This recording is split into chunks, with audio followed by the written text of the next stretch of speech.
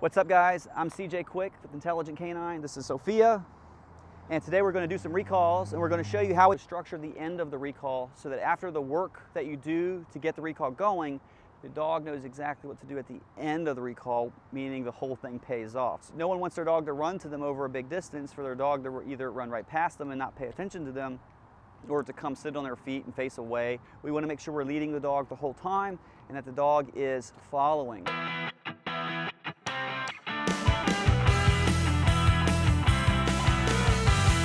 Okay, so today we're using the remote collar to help condition our recall, and this is going to be very similar to what we do on day one when we first introduce a remote collar to a dog in the first place. The only difference is we're going to be structuring the end of the recall. We're starting at a short distance, and we're going to progressively make the distance bigger as the dog is having success. Successful points are the dog coming to us without getting too distracted by the sniffs and the sounds, the sights and the smells. And we want the dog to be able to finish the end of the recall properly, meaning getting on the place and sitting, and for the most part, paying attention in our direction. So, okay, here we go. We're going to push the button with every command. All right, so go play. We'll just let her get distracted. Then I'm going to step back, and Sophia, come. Then I'm going to direct her, place, and then I'm going to help her finish. There we go. Sit. Good. Good. Sophia, come. There we go. Place. Sit. Good. Little reward. Good job. And then we'll release her. Go play. And I'm doing the same direction for the first few. I want to just dial it in with the same direction, right? From here to there, go play. We come back to here, and we're doing repetitions here. Then we're going to start varying the direction as we have success. Come. Good. Place. Sit. Good. She looks up, reward, there we go, good.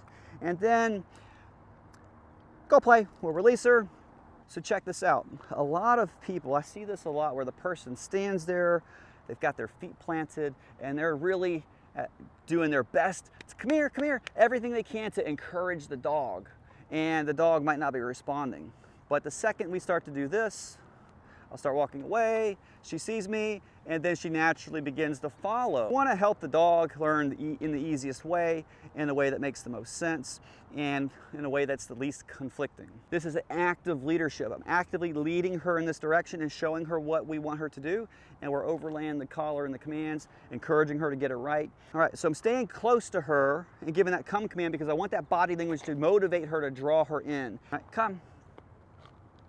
Place. Sit. Good. Good. And then sit. Good job. What I'm looking for is her to consistently, without hesitation, get on the cot, sit, and face my direction. She likes to walk and stick with me. And so when I'm holding the leash and trying to get her away from me, it doesn't happen. So therefore, I pick up the cot, and I just like to walk around. And there we go, and she's distracted a little bit. Sophia, come. And then I'm going to help her come to me. Come. Good. Place. Sit. Good job. Good. Go play. Sophia, come. Place. Sit. Good. Good. Place. Sit. Now, we had a little hesitation there. If you have that, and that probably will happen when you're doing this, sit. Good. Then it's okay to go forward and grab the leash. That's why it's on the dog and it's really long. Grab the leash, help the dog in the right direction to start, right? Come. Place. Sophia, come. Place. Good. Sit. Good job. Now it's important to assess how well the dog is recalling. So as she's coming to me, she got a little confused. She sat down. The second she got off track from the recall, come command, add in some of that encouragement and start really encouraging her to finish the recall. Good. And then reward the end the same, right? So yes, she's making some mistakes. Every dog's going to do some stuff. Thing about it is, can we keep the mistakes small and can we get the dog back on track? The second your dog checks out and you know it's going to be hard, call them back to you. You're building that awareness. Your dog is becoming more in tune with you. So when we go to a park or something like that, we've got some open space, instead of letting the dog just run free in 90% free time and then, or 95% free time and then 5% trying to get the dog back. We like to do 95% structure and practice lots of recalls, sitting, placing with distance, accountability, and then maybe 5% free time. A lot of people overestimate the amount of free time that their dog needs, and what we actually find is that the more structure we create, the more we help the dog work, the more we help them work with us, be engaged and in tune with us, the more they truly thrive.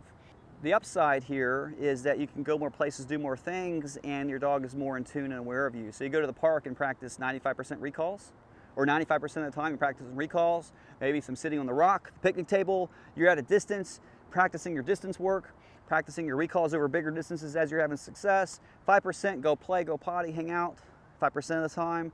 And then when it's time and you're done, ready to leave, your dog comes running because you've created massive awareness while you were there. We want to be able to not struggle. And so if you go to the park and practice more structure with your dog, and your dog's doing something with you, you're building on the relationship, building on that bond you have with the dog, your dog's attentive to you, engaged with you, following your lead, your dog's having fun because they're not bored, you're not going to deal with a lot of that anymore. It's going to be more fun for you and the dog, and then you're going to look forward to the next time you go to the park, because instead of doing 50-foot recalls, you're going to want to do 100-foot recalls. Recalls are a really good way to get your dog going, but still have some structure involved, right? Now, for a lot of you, you're going to think, wow, I just can't get my dog away from me, so how can I do repetitions? A dog won't go play. But that's actually a good thing. It shows progress. It shows that your dog is catching on and learning and then anticipating the next thing you're going to say, right?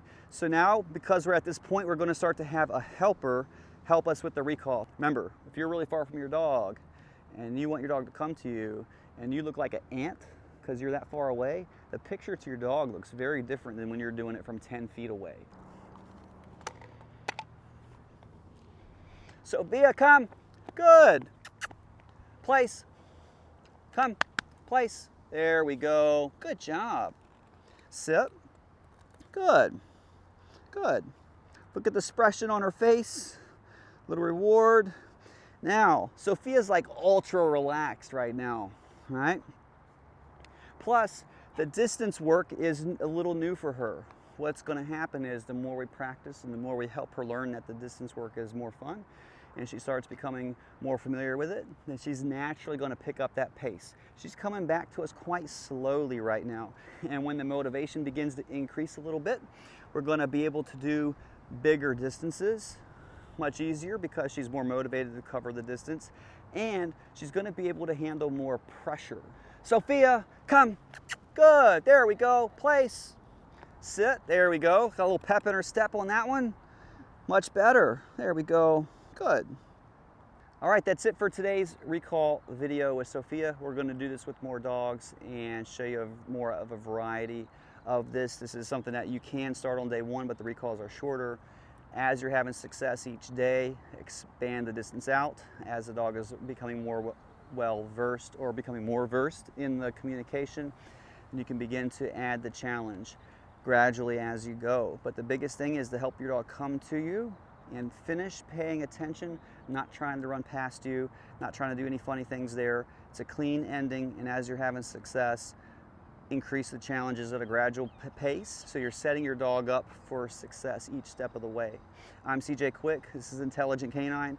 Thank you for watching yet another video, and we'll see you again in the next one. Peace. Go play. Go play.